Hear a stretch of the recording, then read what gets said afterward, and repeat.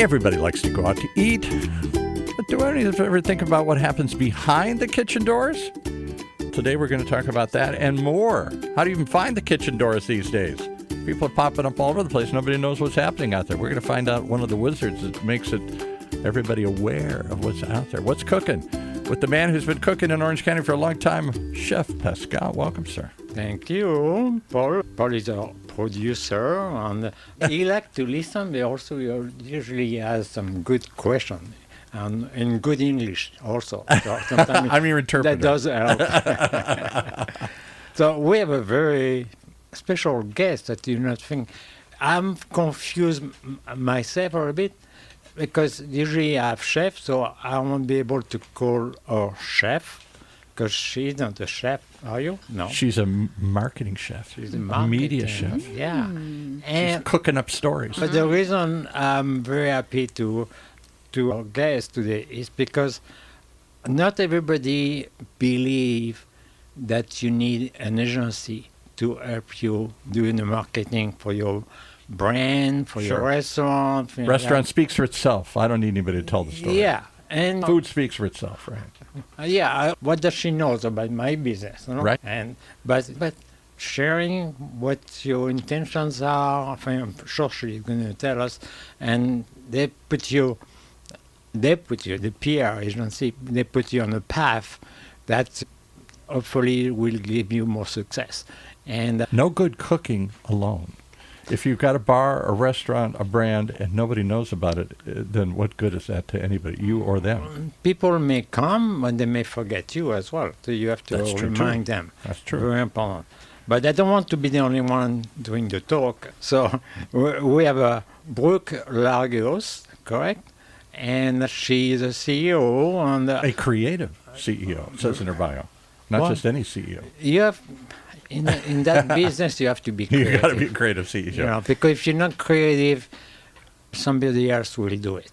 Yeah. And then you have to, your brain, look like I'm talking for her, but a brain is working well when it's a little bit different than others. You have to give a lot. And what's her brand? We didn't push her brand. What's the name of her brand? My brand is PlainClarity. PlainClarity, not confused clarity. PlainClarity. It comes from a Mark Twain quote. Which Which is what? Plain clarity is better than ornate obscurity. One of my favorites. Ornate obscurity. Oh, we're using the language here today. Why not loud and clear? Right. Well, it is, right? And we met in very interesting circumstances. Can I say it? Sure, yeah. Yeah. I was in one of my friends' bakery, patisserie. He used to work for me. He's a general manager. Everybody used to work for you in this town. Everybody I walk into says, Chef Pascal, I worked for him once. I have to fire them sometimes because she ran over one of our wires here already. I had to fire them because... I think you're going to have to lift the chair there. There you go. Okay. I have to fire them because they would not leave. So they wouldn't leave, so you're out. So... Anyway, so our daughter was waiting online at the door, and I was sitting there having my lunch. And is this a long story? It's making it a long story. Yeah. Don't we have 45 minutes? That's the show, folks. How I met. No, but really quick because late for that. The coincidence is that I'm in the business, the restaurant business, and I go. I hate to see people waiting, so I go and say, "Is there anything I can do for you?" You're just there visiting, and you want to take charge. Okay. And she said, "My daughter would like to have anchovies on a niçoise salad." I said, "Don't worry, I take care of it." And then I run. But you don't work there. It's not your place. I run to the kitchen and talk to your chef. Can you bring some anchovies to my friend there? For the niçoise salad. Yeah, happened.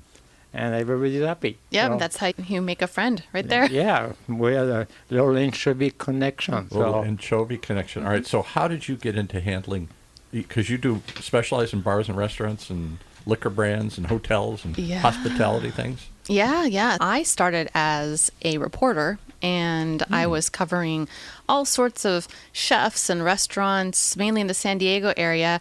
Brian Malarkey had just come to town. He was at Ocean Air Seafood, and I was doing reviews on him. I was doing hard news. Meanwhile, I have a familial background in food service. My dad was the director of housing and residential dining over at UC Irvine. My grandma owned markets way back in the day. Wow, okay. And so it was always this feeling of, okay, I could help and care about food. Yeah, so I was a reporter, and I worked part-time at a restaurant, part-time at the newspaper, made a lot more money at the restaurant. Were you a reporter or you are writing also reviews? Yeah, reporting on food, writing reviews, covering sustainable food, doing And all of it. when you work for a newspaper, you do it all. One week you're covering a murder, the next week you're covering a Yeah, it's true. restaurant. Yeah. It's true. It's true. So I was doing that and working at a restaurant, both making more money at the restaurant. I talked my way into PR with one of my restaurant clients, and that's where that all started. And I recognized what I loved was I love food. I love food. I love the culture of it. I love the people behind it. I'm interested in the farmers and the people who create the food, who make the food. And so that's... So full disclosure, Chef knows a little bit, that maybe not all of this. Back in the day, back in the 80s, I had a PR and marketing firm. We mostly did celebrities, Johnny Mathis, Anthony Quinn, the police. We'd have a bunch of people. And we found it was fun to start having restaurant clients because we'd do it as trade. And then we would go take all our clients to eat at all these restaurants. And they loved it. We'd bring in celebrities and everything. It was a powerful thing. Nice. And that's when I first started discovering going out to good restaurants and good food. And then it eventually led me to opening up my own bar and restaurant a million years later.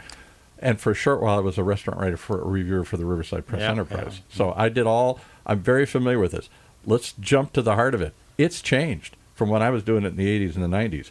There were a handful of people, the Elmer Dills on Channel 7, Merrill Lynch at the old Herald Examiner, Ruth Reichel at the LA Times. Yeah. If you could get in their attention, you made it. Sadly, and I'm sure she's going to approve that, Brook, she is going to say yes to my statement. There's no more real large food section. And they wiped them out. There is no more real newspaper as well that you can on Sunday. And therefore, there aren't dedicated, knowledgeable food reviewers that people follow and that will guide you to a choice. Now, I get that they were gatekeepers, and sometimes they maybe didn't like a certain style of food or didn't like you, and then you got a bad review. But by and large, they were knowledgeable people. You looked to them to tell you where the next cool thing was. How do you find the next cool thing? You may agree with me. You can tell us the changes if I want to answer a bit your question, but I'm sure you agree.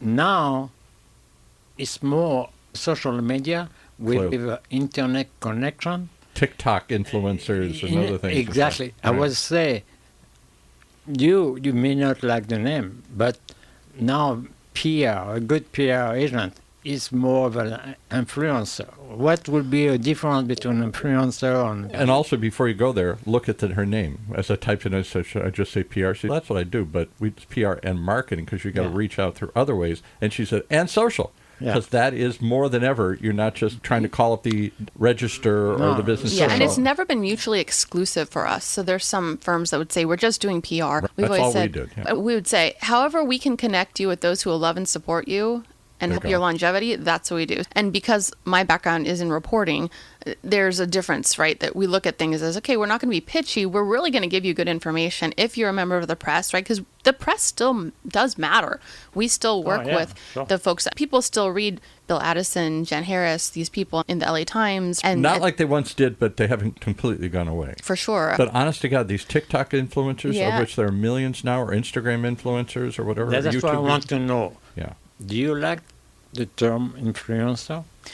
I like the term tastemaker, which makes sense because it's food related, right? In the sense. So I think it's a combination of things. Back to your question, right? You still have to have the news media today.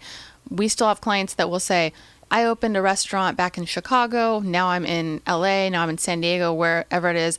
Somebody who's in town all of a sudden reads this article and says, I'm from Chicago. I'm from Chicago. And then people flood there. Our clients are still surprised when people like Jeff Gordinier put them in Esquire. We've had a client that was in 50 Best.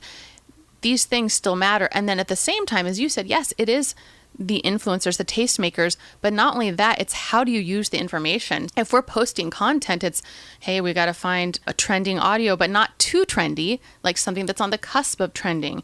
And then how do you look for the tastemakers? Now it's a lot of micro influencers, as you said, Pascal, that term. The micro influencers are great because they're creating excellent content, but it's not clouding over in this larger sea of people. Now, I'm going to ask a question of Pascal, because in your day, what years was Pascal's around? 80s to the 2000s? Well, I opened up in 1988. And you were there for 25 years Yes. or something? Okay. Yeah. In those days, there were a handful of people you had to get in front of. A Fifi Chow at the Business Journal. Yeah. Maybe somebody at the Register. Cathy Thomas. Yeah. Did you approach them directly, or did you have an agency approach them for you? It's progressive. You learn at that time. You have to build up your media list. Right. So I had a list that I wrote of journalists, Right. and so once a month, my wife and I used to write a newsletter, different.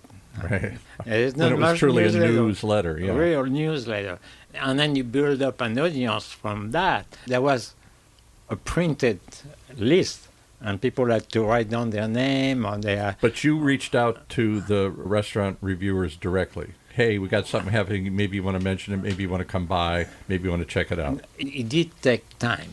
And it's only when they found me or they write an article on me that I had a connection.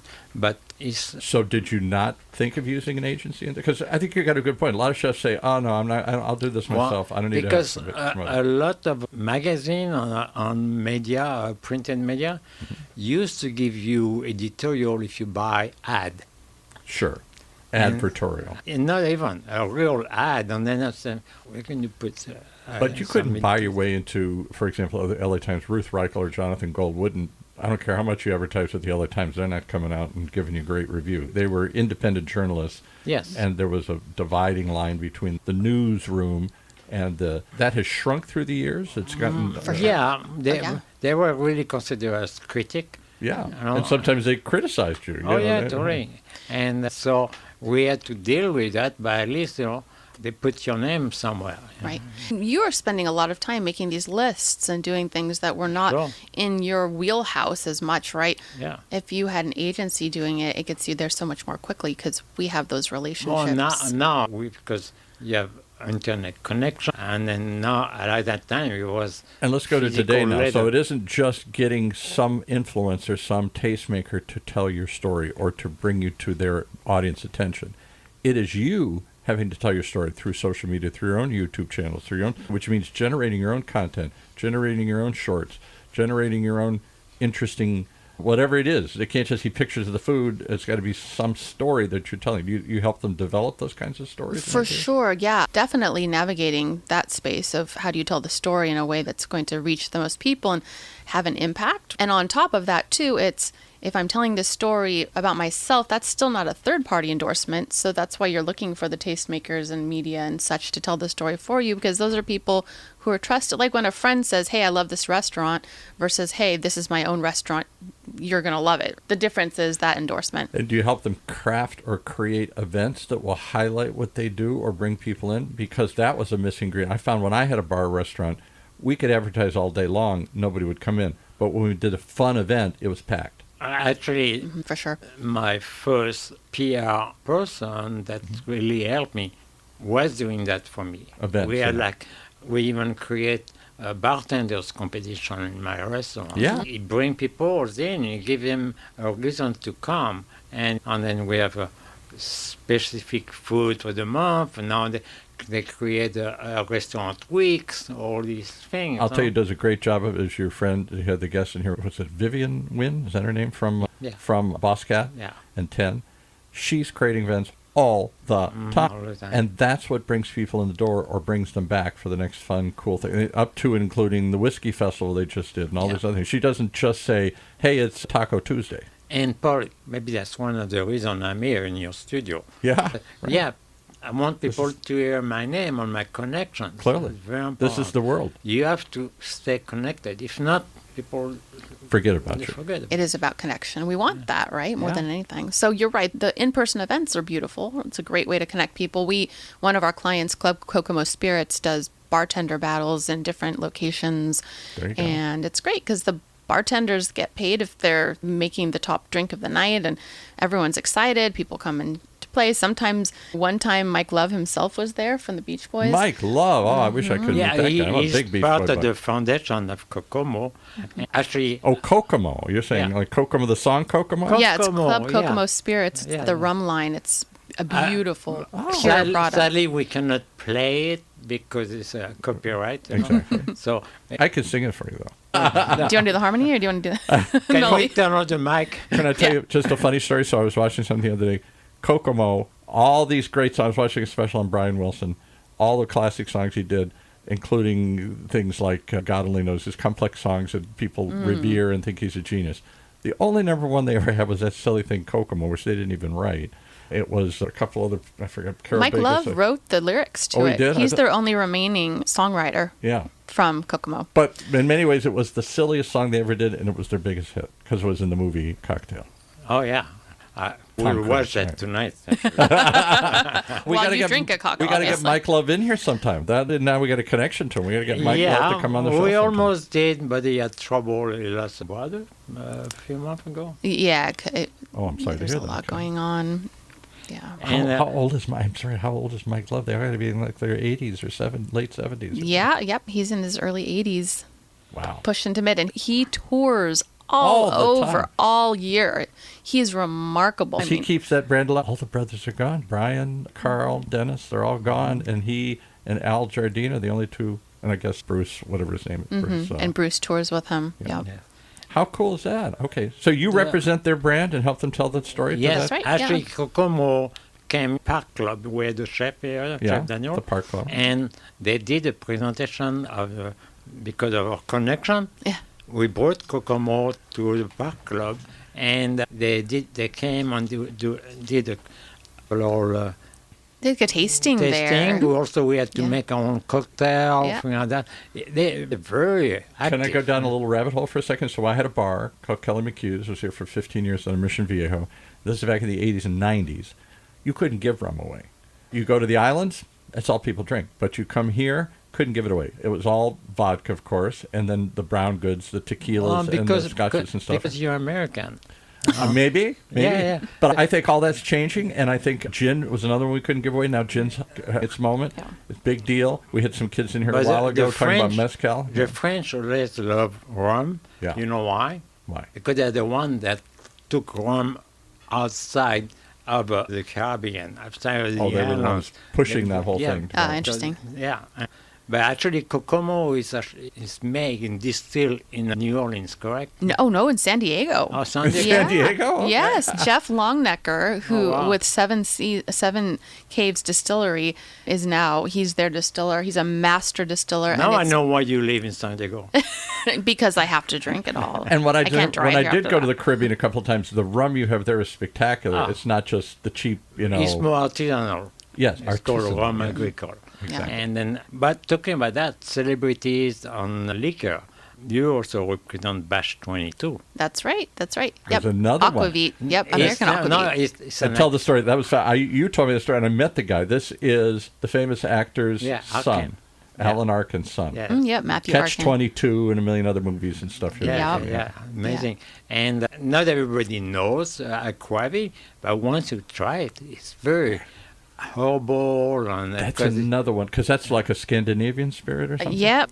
And they have But an it's not American a- version, so yeah. it's a little more approachable. Well, a lot more. It's delicious. It Yes. really is. Oh, yeah. And you can use it in place of myriad other spirits. So we went to some big Yeah. event. I forgot what it was Chartreuse. for some big. You invited me, and we went along one of these big private tastings for charity, and he was there, and I got to meet him and taste it. I don't think I had 10 years of owning a bar. I don't think I ever tried an Aquavit, Yeah. a water of What'd you life. think? I was really blown away. I thought it would be sweetie after dinnery kind of Mm-hmm. stuff. It wasn't. in Northern Europe, I thought it'd be syrupy. Norway or Sweden, even Denmark, you eat herrings and drink Herring, aquavit. So good. Delicious, delicious. Matthew, one of the reasons he decided to create it was because he had it with his dad in Europe on set. They had no idea at the time what it was. And he was, what's this thing? And his dad goes, you should start making this. He goes, what am I going to do? Make it in my bathtub? What are you talking about? What? That's what make it. What do I know about making it? I would need to watch a movie after you had a couple of those shots. Yeah. Maybe. So how would you describe aquavit for people who haven't tasted it? Because it is an after-dinner liqueur. Is that the grain? Is it cumin or on caraway? Caraway. It's I caraway. love So it caraway. has to have caraway in it. That's what makes it an aquavit. And it's smooth, it's herbaceous. Some of them are a very little herby anise flavor, forward. Yes. But which is that kind of fennel anise, which is licorice kind of flavor. Yeah, it's less perfumey like jeans. Nothing against jeans. Yeah, gin on gin. But aquavit is really, I don't know, it's you think drinking something that is good for you. But there's so many Yeah. anise, licorice-flavored liqueurs, after-dinner liqueurs. In France, you have Yeah. which one? Which one am I thinking of? Most of the time we're drinking before is pastis. Pastis. And then in Italy, you have You have Sambuca, or Sambuca. that's Greek. Yeah. So there are varieties out there that people are familiar with. I was not familiar with aquavit, and I don't know why. and it's not as strong. It doesn't have that really strong. Exactly. Yeah. So I thought it was very approachable. It was if very you're nice, very tasty. over 21. Right. For sure. For sure. Could be. Always. There's two unique brands, an Aquavit and a Kokomo rum. That's a natural because everybody still knows and loves that song. What other kinds of brands approach you to tell their story? We work with a lot of restaurants. I think that's one of our sweet spots. We have Matsu, which is a beautiful modern Japanese restaurant over in Oceanside, and 24 Suns. We help them get Michelin listed. They're enormously talented. Michelin? You got a Michelin listed restaurant? Wow. Yep. They're great. They're phenomenal. They came from Addison, and they've been. This one we talk about the 3-star. Let's just rattle it off for people who don't know. Addison is the only 3-star Michelin restaurant in San Diego. San Mhm. Diego. Oh, And it's like a hotel and a resort. It's a resort, And you had a guest here saying it's the most spectacular. Yeah. And the chefs we worked at Venu, they've been at great places, but what they've done that's really cool is they've taken Chinese cuisine and they look at it and say, what you've had here has been all the same Chinese cuisine generally, but there are so many regions serving different types, and we're not going to just make different types. We're going to change our menu every 2 weeks, so you have a different experience every time you come in. Travel around China. Yeah, very cool. It's a big country. You can. Big country. I guess it doesn't all taste the same. Yeah. Yeah, So if you do our Chinese regional cuisine, Yeah. So it sounds like you're really focusing on unique niches. I don't hear we're just doing another burger restaurant. Maybe you do, but you're trying to. People come to you because they're trying to break through with a brand, a style of liquor, a style of food that's even harder to sell because no one's ever seen it before. Yeah, but also you work with people who have personality. That's very what. important. Thank you. I was going to say, if there's one thing I can really impart, it's we love our clients. So some people might say we're going to look at this type of cuisine. We're going to look, and what we do is we meet with the person, and when you have that connection, then you want to tell that story, There you and you go. want to become I'm part of not it. sure she likes me or not. I No, don't. She hasn't asked me. Well, Never asked you well. to promote your coffee. Pascal, I can or anything help else you. there. Yeah. You are trying a new type of tea because of me. I'm just saying. Yeah. So what do you do today? This is the question I want to learn in the last 15, 20 minutes here. How do you promote anything today? Because when I did have this PR firm, and when we promoted, there were a handful of people. If you got in the LA Times, if you got in Esquire magazine, if you got a handful of things, boom, you were there. And so we fought all to get that limited amount of attention.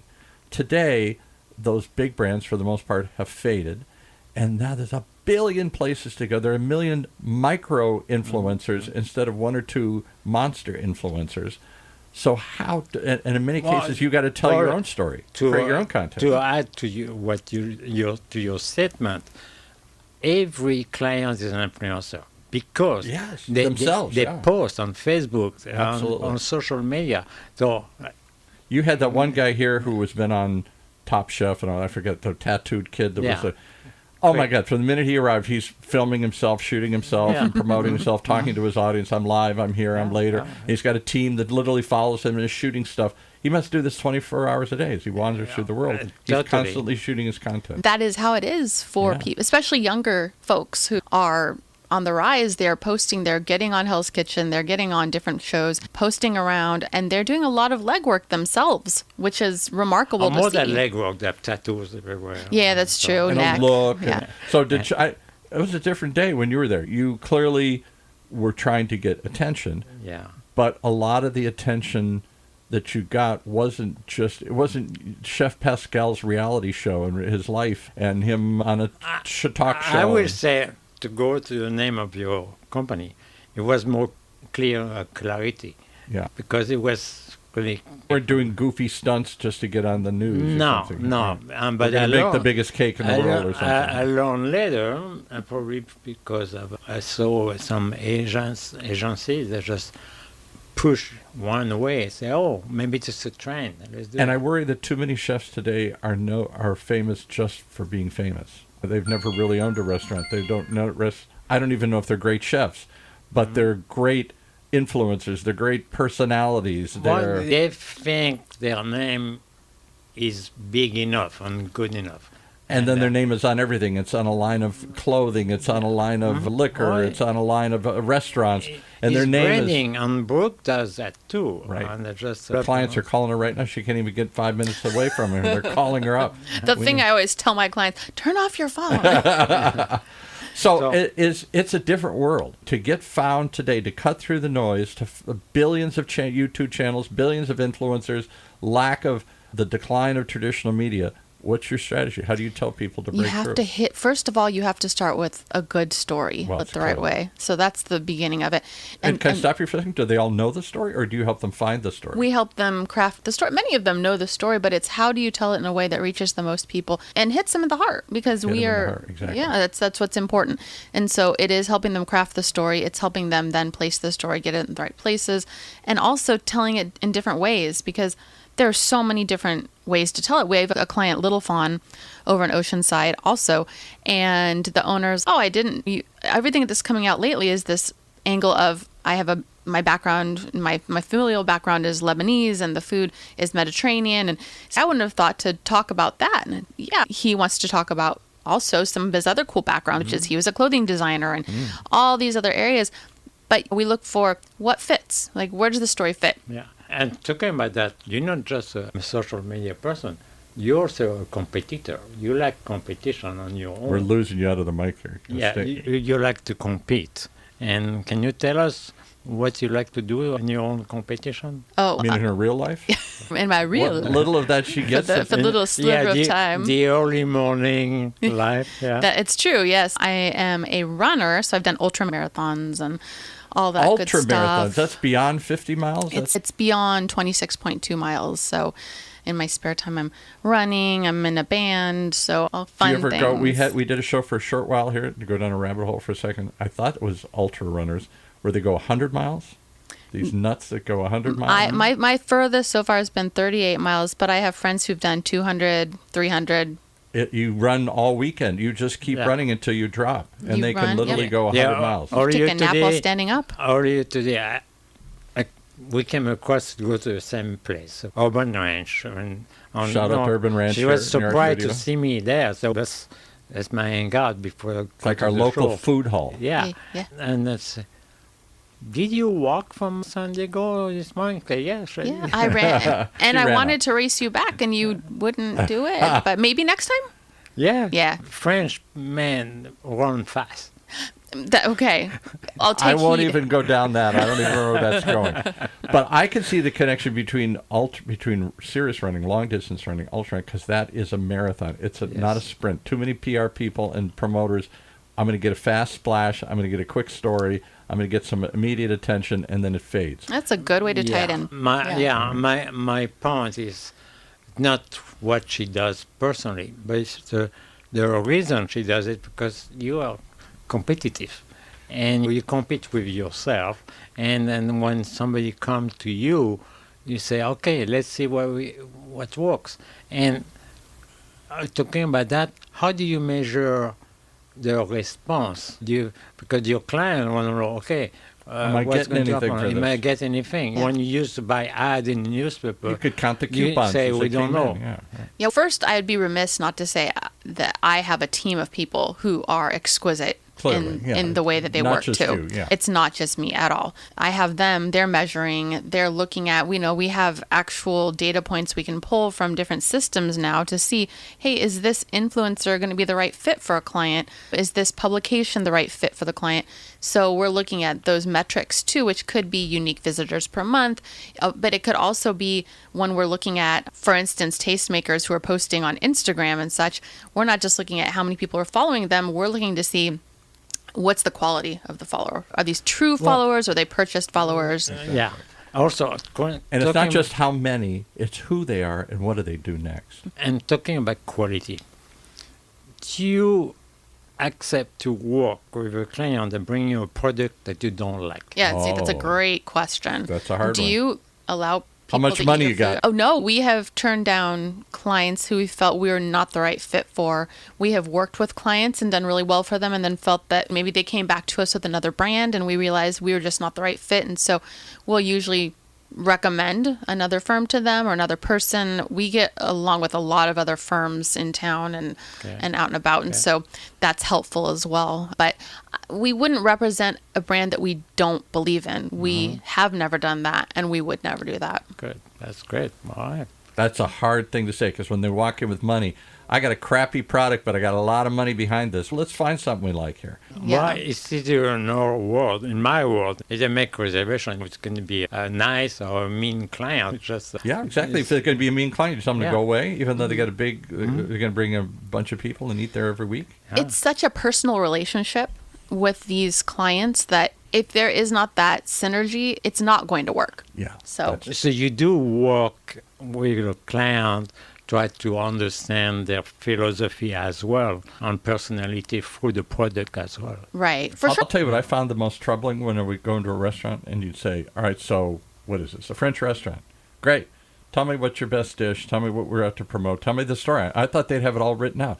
I talked to the chef. He'd say one thing. Oh, you must try this story. I talked to the owner. Oh, no, everybody likes this. It's because it's cheap. It's fun. I talked to the staff. No, they don't any of that. They love it because we got this crazy beer here or something.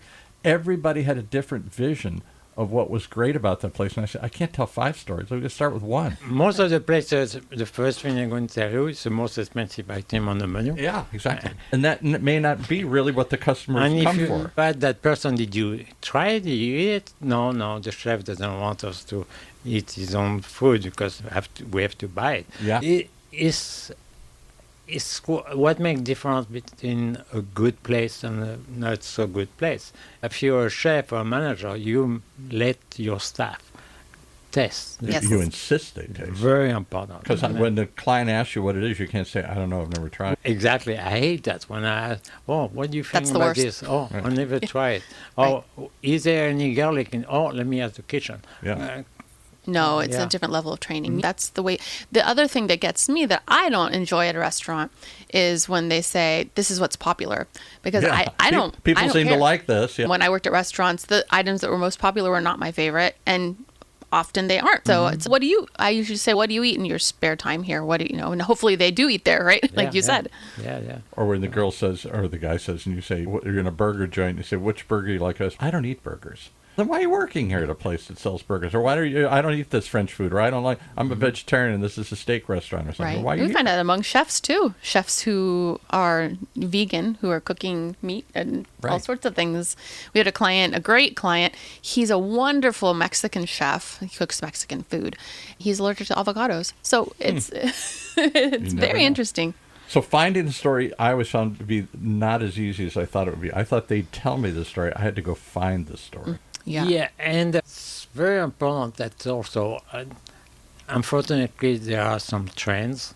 Sure. And personally, I'm not trend because I want to keep my own image. But everybody's looking for this today. They're Yeah. looking for a certain type of food or a certain type of cuisine. Well, actually, I have to say, celebrity branding of pleasure in liquor is a trend. Oh, huge. Yeah, For sure. And If there's either an- it's wine. I think it is in restaurants. How many restaurants have we talked about? You walk in and this is a Michelin star designed, some famous Michelin star cook designed this. Where is he? Oh, he never comes. No, he just designed the menu and he put his name on it, and it's his cuisine, it's his style. But he's not here. Celebrity used to buy wineries in Napa Valley and Sonoma. Oh, tons of them. Now they've shifted to more hard drink. Tequilas, George Clooney, and he did, made $1 billion off of Tres Amigos. Why not? Because you already have an audience. And they'll do whatever you say. That's it. They'll follow your example. Just like you do. We have to bring people to come in and try something for curiosity. The public is curious. Yeah, I'm not sure everybody is. But very curious. So you have to put up. But if you have nobody that puts this in front of them, they will never know. But that's why I'll see if she agrees with this. Branding has changed. PR, marketing, branding, whatever you want to call it. The idea of bringing people in. Now they want to know this. They don't want an anonymous chef. I don't know who cooked this. I don't know where the food came from. They want to know the story of the food. Maybe it's sustainable. Maybe you're helping some little farmer somewhere. It's locally sourced or whatever. They want to know the chef's story, his passion, how he got into this. They want to feel connected to more than just the food. It's true. And especially the younger generations also want to know what is different and what is maybe funky. There's these folks that are serving a dish from Mexico out of the trunk of their car and people are lining up. And this is the thing. So it's also, what is the thing that's a little different that's going to be, so by my house, there's a cottage restaurant around the corner in this backyard of these people's house. They're making Oaxacan food and you would never know. They don't market it. It's nowhere to be found. I just happened upon it. It's like a speakeasy today. Exactly. You have to know somebody to find it. So those are the type of things that get a lot of people interested too, right? They want something new. So there's the novelty of it. So that's a little kiosk? Well, what's that? She's saying at a house. Somebody's cooking out of the house. Really? Yeah. You come. I've seen more and more of this where people, I don't know how they get by with permits and stuff, but where they're literally cooking at a house in a neighborhood. It's a cottage industry is what they call it. So you're able to... you need to have a cottage license from the department. Yeah. Yes. But so it literally is like a little funky cottage that people can stay at or did stay at, and somehow you get to go in a neighborhood and walk up to their back window and buy food. Most of the time you have original food from the family, from the parents that brought into here, and it's very cultural as well. But you're not connected with that. It's just I just think it's cool. You're just curious. Exactly. And so the chef lives on the property. It's their house. For sure. Yeah. And they grow the stuff in the back garden here. Yeah, definitely. There's an abuelita that makes ice cream and sells it only on Saturdays out of her mobile home. These are such cool stories. And that's the thing. Like, that gets people excited too, just as much as the Michelin chef. And having been a reporter, I know that reporters are always looking for something clever and interesting because they're writing the same old thing every day. They want somebody to go, wow. So if they can find something, they in particular, and same thing with influencers, if they want to go cover something for the YouTube channel or their Instagram Reels or whatever, just like a reporter, they want to find the unusual, the different, the special. For sure. Yeah. One of my friends who's a reporter, I told her about this great coffee shop that doesn't have a sign on the door. You'd never know it's there. It always looks closed. And she said, I gotta go. Do they want to be written about? And I said, no, but you can come with us. So we went and we went there. She listened to the guy's story and it's fascinating. He's got music going out of there, these great set lists. He's a musician. He's got his art and he's just a super cool human. But he said the same thing. I don't want to be covered. Oh, can we tell the name of it? Now you've got everybody. No, we can't. You got to know somebody. Don't you listen? He doesn't want people. I know, but you can tell us. I know. I'll take you there. You can tell us. I'll take you. Oh, all right. Just you. Just you guys. Just me. Shh, okay. Just for us. So, what city is it in? Give us a hint. It's in Encinitas. Encinitas, okay. Couple of things. If you want to experience a couple of the liquor brand that represent, She's hyping, hawking, promoting, little PR terms here, right? Join us at Table 410 and introduce Batch 22, Kokomo, and I'd love to try the Kokomo rum. Yeah, they will give you so during it's clean and beautiful. The reception. They will give you a little test of it. And so Table 410. So if we know you, then we can know some of these special hidden gems that you I'm right in the middle of the connection. And then the Table for 10 is the fundraiser for my foundation. Is there a website for that, Table for 10? Yeah, Table for 10. Or do you have to know somebody? No, you can go online and say Table for 10 Orange County 2026. When's that next one? It's going to be March 1st. Okay. And it's to raise money for my scholarship for Saddleback. And the idea is that you go to a table, there's only 10 people at the table, and you pay a bunch of money to sit at the table, and a different chef serves every table. Yes. So some fancy chef is your chef for those 10 people. So it's a culinary scholarship, and it's a great event. And such a great idea. So come and try the Batch 22 on Kokomo and have a good dinner. Yeah. Well, and maybe meet you. And meet you. Yeah, meet the real info, the original info, the OG. The OG. It's true. Jinx. Exactly. Yeah. So how do they reach you if they want to learn more about the work you do or need some help telling their story and promoting themselves? For us, they can go to our website, PlainClarity.com, PLAIN Clarity.com. Okay. We have, obviously, all the social media channels as well. They can check us out there and all of our great clients, but that's a good way to start. And we may also tell them where that coffee shop is. That's the catch. If you come in and you call, then you lead them on your own little... Yeah. I'll bet you do because you're in the know and you're running around the world of influencers and stuff. They must mumble to you, hey, have you seen this place? Have you tried this thing here? Yeah. And that's where you get all these little hidden gems that out of the way, speakeasies that have no sign on the door, or the coffee shop that's out of somebody's backyard. Some people like that, but some restaurants actually to go back because you need to have a successful business yourself. Yeah, no, I'm just saying, but she must know. Some people want to expand their business and make their name known, like a brand can be nationwide known. And I'll tell you, in fact, I was going to tell you this off air, but I did get those people to agree to come on that started this chain, 450 restaurants. Listen to this. I'll give a little plug for somebody else. They came in on another show, Pollo Campero. I never heard of them. I know there's a couple in Orange County in the Hispanic community, and they're known for their fried chicken, and it's a fast food kind of thing. Yeah. I thought they got 3, 4, 5 of them. Good for them. They came in. This started out of Guatemala, out of a little shop in Guatemala. Yeah. It's spread throughout Guatemala. They have 450 of them around the world. I heard that. I can't wait to go 180 of them here in this country, including half a dozen here in Orange County. And they try and make it more of a mi familia, a family. They serve you rather than just pass the food out. And they source the chicken locally. They do all this stuff, even though it's a fast food. It's like a cousin lobster. You talk about that. You met this guy. Thousands of food trucks. Food trucks. Unbelievable. They make a fortune. So how do you take from what is a very small coffee shop, a local fried chicken shack, a local food truck? You would think it would always stay small. Somebody along the way found a story and blew it up and turned it into a big brand. I believe you do sell story to radio, to TV show. I'm a sucker for stories. I have people come in because of stories. Do you have any success story like that? For sure. We have. No, she's never had any success. Unfortunately, you need to have a PR for yourself. Do you know anyone? Yeah.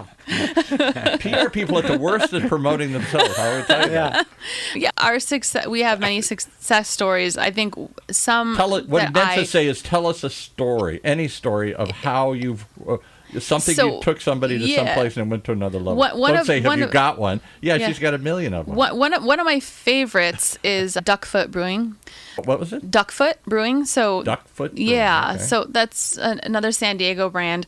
And these guys had been in the corporate world forever. One of them worked on Wall Street. The other one worked for Qualcomm. And they're like, man, we want to start a brewery. Yeah. And one of them said, he was a decorated home brewer. The other one goes, I love beer, but then he found out he had celiac disease. Oh. So then he's like, what do I do? And then he finds out there's this enzyme that makes it so we can still have the beer, right? You put the enzyme, which now you find by and large in a lot of beers. So these guys wanted to launch this brewery out of nowhere, largely unknown in the industry. They asked us to help. First thing that happens is there is an issue with importing goods here. And so we have to tell the story of this is how this is impacting a small business. So we did a business story there.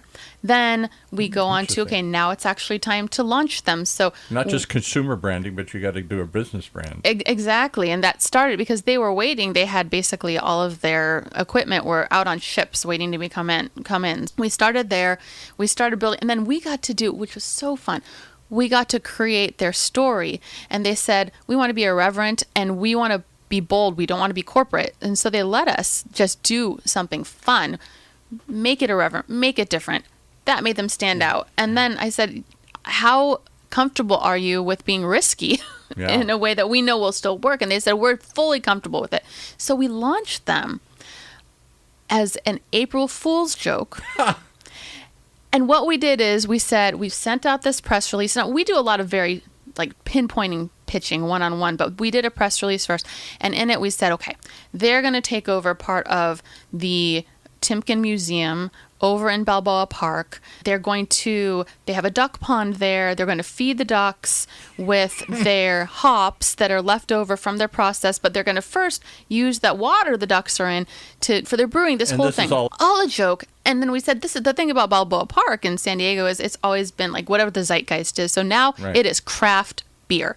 So we send this out, and all the big magazine editors, everyone, all the TV stations are, what's going on? They're calling us. We're going to stop the press of what we're doing. Did you call it from the pond to your glass? Pond to glass is the new, is that your new trend? That's the new trend. Don't drink his beer, guys. Yes. So it went, and then at the end of it, we said, go to this website, which was a pop-up that said April Fools from their site. And a lot of press are busy, right? They're not going to go there. So a bunch of them are freaking out. Showed up. And one guy, Pete Rowe, who's a beer writer for the Union Tribune, he calls and he goes, this is April Fool's. Only one who got it, really. So it's a massive amount of press. We go do hand-to-hand drop-offs at press people's house, at influencers' houses, of this beautiful beer glass that then has wrapped around it, has an invitation that makes it look very elaborate campaign. It looks like it's got beer in it. We hand it to them. They come to this event. They get to know each other. They're drinking. They're tasting the beer. It goes on. And here's a ticket to come back to this. And it ended up, they had lines around the door at opening. They were in the black the first month. It was really cool to watch it. That's very important because you said the words earlier. Business plan. Yeah.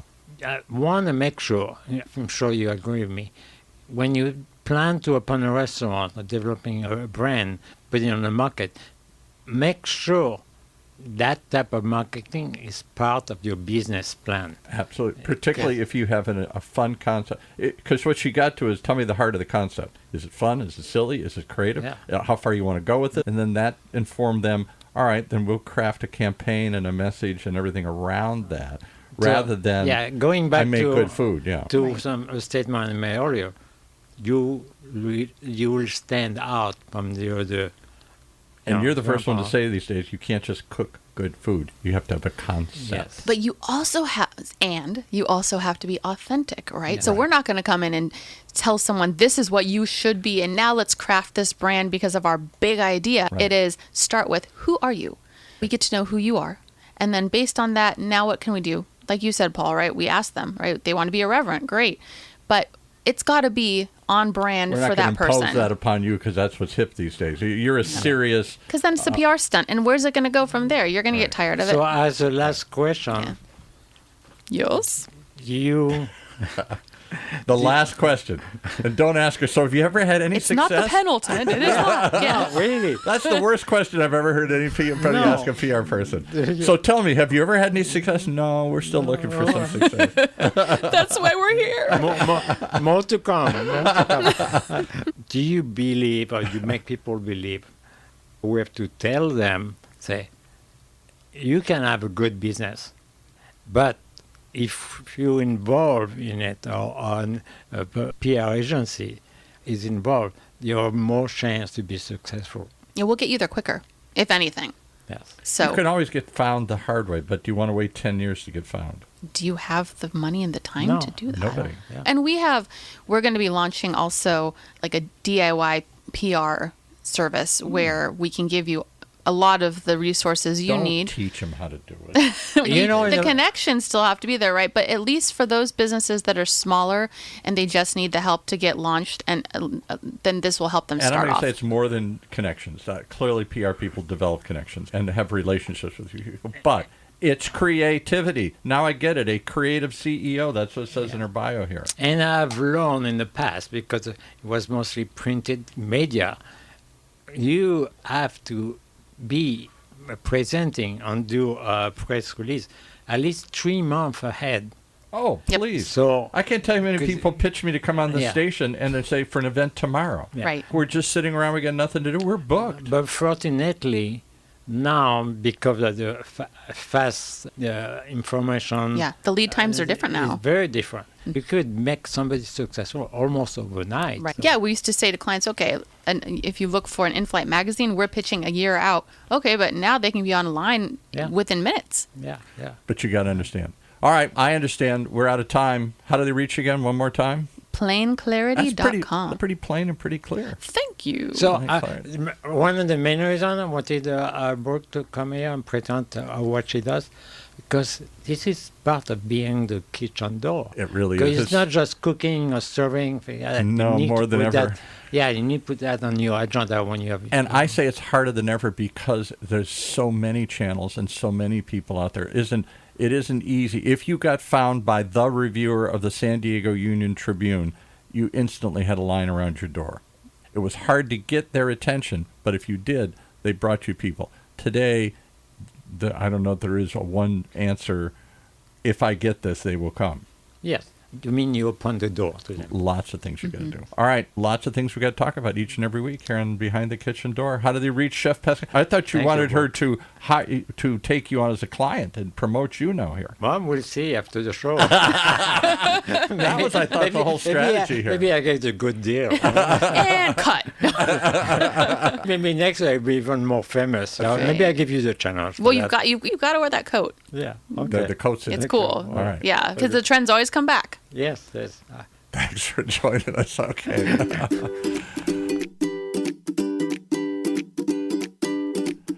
There you have it. There's a lot going on behind the kitchen door. A lot of things you hadn't thought about if you're thinking about opening a restaurant, or if you're just wondering how they get found, how they succeed, how they keep alive in this competitive time. We're all going to talk about it on this show, Behind the Kitchen Doors with Chef Pascal, right here in Orange County's only community conversation, OC Talk Radio, streaming live from our studios here at the University of California, Irvine's Beale Applied Innovation.